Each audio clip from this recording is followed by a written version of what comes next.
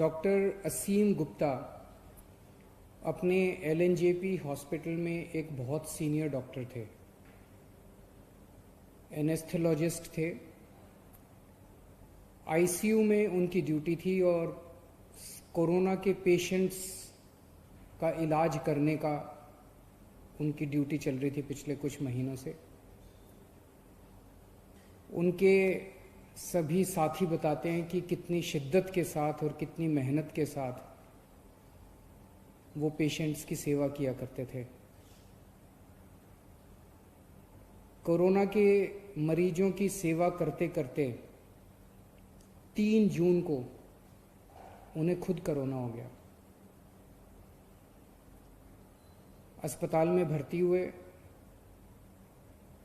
और अंत में वो कोरोना से लड़ते लड़ते हम सबको छोड़ के चले गए। उनकी वाइफ भी डॉक्टर हैं। आज सुबह उनकी वाइफ से मेरी लंबी बात हुई। उनकी वाइफ को भी कोरोना हो गया था, लेकिन उनकी वाइफ कोरोना से बाहर निकल आई हैं और वो अब स्वस्थ हैं। हम सब प्रार्थना करते हैं कि डॉक्टर असीम गुप्ता की आत्मा को भगवान अपने चरणों में जगह दे।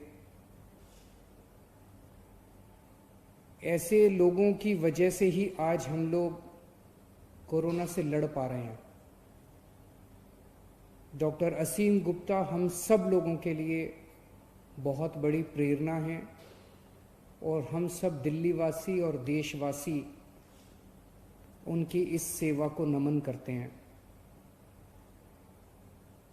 दिल्ली सरकार उनके सम्मान में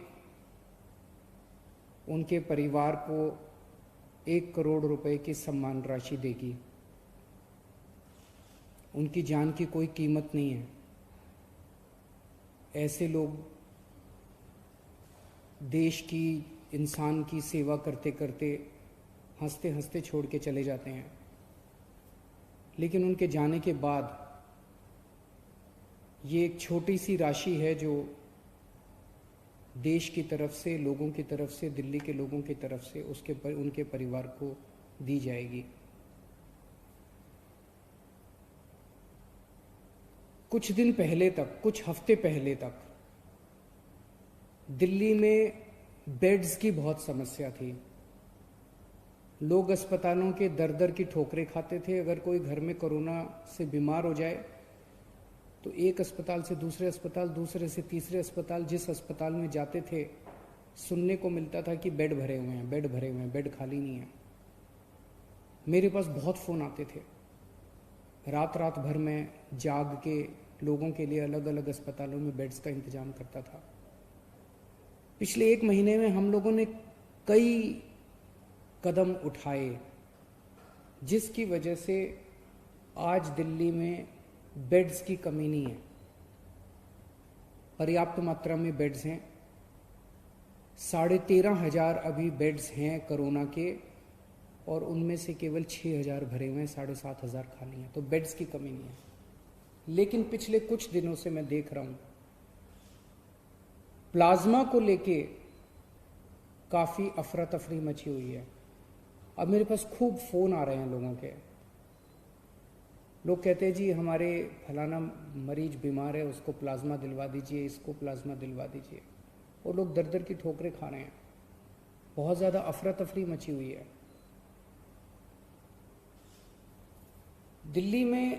दिल्ली सबसे पहला राज्य था देश में। आप लोगों को याद होगा लगभग 2-2.5 महीने पहले मैंने बताया था कि हम लोग प्लाज्मा थेरेपी का ट्रायल कर रहे हैं। हमने प्लाज्मा थेरेपी का ट्रायल किया, 29 मरीजों के ऊपर किया। जो नतीजे आए वो काफ़ी उत्साहवर्धक थे।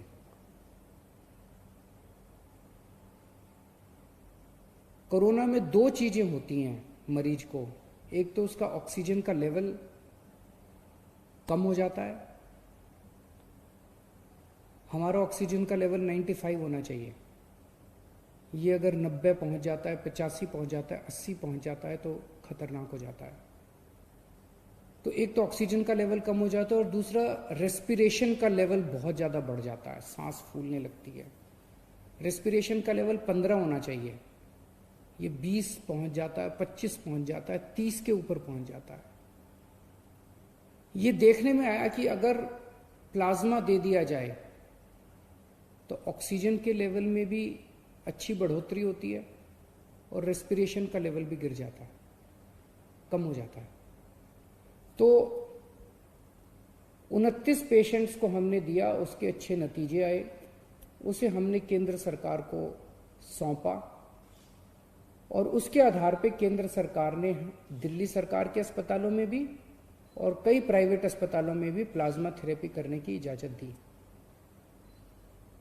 अब प्लाज्मा थेरेपी की तो इजाजत मिल गई, लेकिन प्लाज्मा कहां से आए?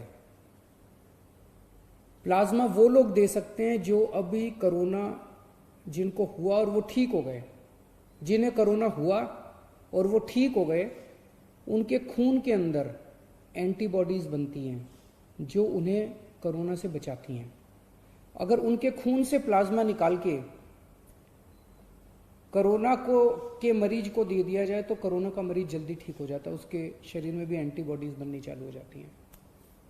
तो इस टाइम लोग प्लाज्मा लेने के लिए दर दर की ठोकरें खा रहे हैं। इसीलिए दिल्ली सरकार ने तय किया है कि हम दिल्ली में प्लाज्मा बैंक बनाएंगे।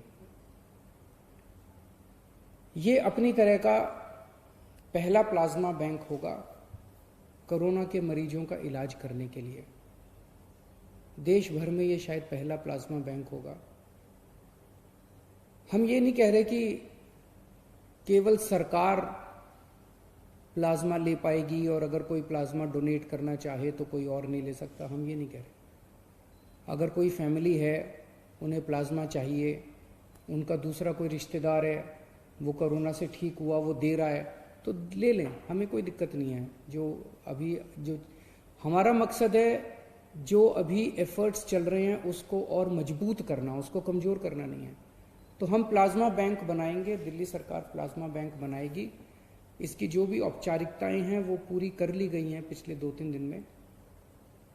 और इस प्लाज्मा बैंक से सभी को प्लाज्मा मिलेगा, चाहे वो सरकारी अस्पताल हो या प्राइवेट अस्पताल हो। कोई सीधे ILBS जो हमारा अस्पताल है दिल्ली सरकार का, वहां पे प्लाज्मा बैंक बनाया जाएगा। अगर किसी को प्लाज्मा चाहिए तो डॉक्टर को या अस्पताल को प्रिस्क्राइब करना पड़ेगा, लिख के देना पड़ेगा कि इनको प्लाज्मा थेरेपी की जरूरत है। कोई खुद के नहीं कह सकता कि मेरा फलाना बीमार है इसलिए मुझे प्लाज्मा दे दो। डॉक्टर की रिकमेंडेशन जरूरी है और डॉक्टर या हॉस्पिटल ILBS को अप्रोच करेंगे और ILBS उन्हें प्लाज्मा दे देगा। ये प्लाज्मा बैंक हमारा 2 दिन में शुरू हो जाएगा। इसकी सारी कार्रवाई हम लोग पूरी कर लेंगे, लेकिन इसमें सबसे इम्पोर्टेंट चीज है, जो लोग ठीक हो गए हैं उन लोगों को सामने आके प्लाज्मा डोनेट करना पड़ेगा। अभी भी लोग कर रहे हैं, लेकिन इस कोई व्यवस्था नहीं है, अब इसकी व्यवस्था बना दी जाएगी। तो जो लोग ठीक हो गए उनसे मेरी हाथ जोड़ के प्रार्थना है, जिंदगी में किसी की जान बचाने के कम मौके मिलते हैं, ये मौका आपको मिला है। मेरी सब लोगों से जो लोग कोरोना से ठीक हो गए उन सब लोगों से प्रार्थना है हाथ जोड़ के कि आप सब लोग सामने आके खुल के प्लाज्मा डोनेट कीजिए ताकि दूसरों की जान बचाई जा सके। एक तरह से यही सच्ची भगवान की सेवा है, एक तरह से यही सच्ची भगवान की भक्ति है। मैं ये बता दूं कि ये गलतफहमी ना हो कि प्लाज्मा कोई संजीवनी बूटी है, प्लाज्मा से सबकी जान बच जाएगी। अगर कोई पेशेंट अंतिम स्टेज में पहुंच चुका है, कोमोर्बिडिटीज हैं, दूसरी बीमारियों से घिरा हुआ है, मल्टी ऑर्गन फेलियर हो चुके हैं, वेंटिलेटर पे जा चुका है, ऐसे पेशेंट्स को बचाना मुश्किल होता है। लेकिन जो पेशेंट्स अभी मॉडरेट स्टेज में हैं, अभी उनकी स्थिति खराब नहीं हुई है बहुत ज़्यादा, उनके लिए ये मददगार साबित होता है, इतना समझ लिया जाए। एलएनजेपी के हमारे जो हेड हैं डॉक्टर सुरेश, उनसे मैंने बात की। उन्होंने बताया कि अभी पिछले कुछ दिनों में उन्होंने 35 मरीजों को प्लाज्मा दिया है, जिसमें से 34 बच गए, एक की मौत हुई। एक और दिल्ली का प्राइवेट बड़ा हॉस्पिटल है, उनसे जब मेरी बात हुई, उन्होंने 49 लोगों को प्लाज्मा दिया, 46 लोग बच गए। मैं ये नहीं कह रहा, हो सकता है ये जो 34 लोग हैं और 46 लोग हैं वैसे भी बच जाते, उनमें से कितने, लेकिन ये एक आंकड़ा है, उसमें से कितने बचते कितने नहीं बचते कह नहीं सकते। जो डोनर्स हैं उनके मन में गलत फहमियां हैं। एक तो डोनर्स को ये लगता है कि मैं दोबारा प्लाज्मा देने जाऊंगा, कोरोना के अस्पताल में जाऊंगा, कभी दोबारा कोरोना ना हो जाए। वैसे तो दोबारा कोरोना नहीं होगा, लेकिन फिर भी हमने व्यवस्था ILBS में की है। ILBS कोरोना अस्पताल नहीं है। आपके आने का, जाने का, टैक्सी का सारा इंतजाम दिल्ली सरकार करेगी। बस आप हाँ कह दीजिए कि मैं कोरोना देना चाहता हूँ, मैं प्लाज्मा देना चाहता हूँ। और ILBS में अच्छी व्यवस्था की हुई है। मेरे ख्याल से आधा घंटा पौना घंटा लगता है आदमी को वो देने के लिए। अगले कुछ दिनों के अंदर हम नंबर जारी कर देंगे। उस नंबर पे जो लोग देना चाहते हैं, उस नंबर पे कॉल करके, व्हाट्सएप करके हमें बता सकते हैं कि मैं देना चाहता हूँ, और उनसे संपर्क करके उनसे सारा इंतजाम कर दिया जाएगा उनसे प्लाज्मा लेने का। सरकार की तरफ से भी हम कॉल करेंगे, जितने पेशेंट्स अभी ठीक हुए उन लोगों को, उन्हें मनाया जाएगा, उन्हें प्रेरित किया जाएगा कि ज़्यादा से ज़्यादा लोग अपना प्लाज्मा दें। और ये जितने एंटीबॉडी टेस्ट हो रहे हैं, ये एंटीबॉडी टेस्ट से भी बहुत सारे ऐसे लोग हैं जिन्हें कोरोना हो गया, ठीक हो गए, पता भी नहीं चला। एंटीबॉडी टेस्ट से पता चलेगा कि उसके अंदर एंटीबॉडीज बन रही हैं, वो कोरोना होकर ठीक हो चुका है। ऐसे भी बहुत सारे 52,000 लोग तो दिल्ली में भी रिकॉर्ड के मुताबिक ठीक हो चुके हैं, और इसके अलावा ढेरों लोग ऐसे होंगे जो कोरोना हुआ, ठीक हो गए, उन्हें पता नहीं चला। ऐसे सब लोगों को प्रेरित किया जाएगा ताकि वो ज़्यादा से ज़्यादा प्लाज्मा दें और हम और ज़्यादा से ज़्यादा लोगों की मदद कर सकें, उनकी जान बचा सकें। और इसमें सबसे अहम भूमिका मीडिया की होगी। इसमें कोई पार्टीबाजी नहीं, कोई राजनीति नहीं, हमें सबकी जान बचानी है, चाहे वो किसी भी धर्म का हो, किसी भी जात का हो, किसी भी पार्टी का हो। और सब में सब लोग आते हैं, तो उसमें पत्रकार भी आते हैं, उसमें तो मेरी मीडिया के साथियों से खास तौर से निवेदन है कि आप लोग भी कैंपेन चला के अपने अपने चैनल पे, अपने अपने मीडिया हाउस में ज़्यादा से ज़्यादा लोगों को प्रेरित करें कि वो लोग प्लाज्मा डोनेट करें और दूसरे लोगों की जान बचाएं। शुक्रिया। Subscribe to Nation Next YouTube channel and press the bell icon to get regular updates from Nation Next. Also like Nation Next Facebook page and follow us on Instagram and Twitter.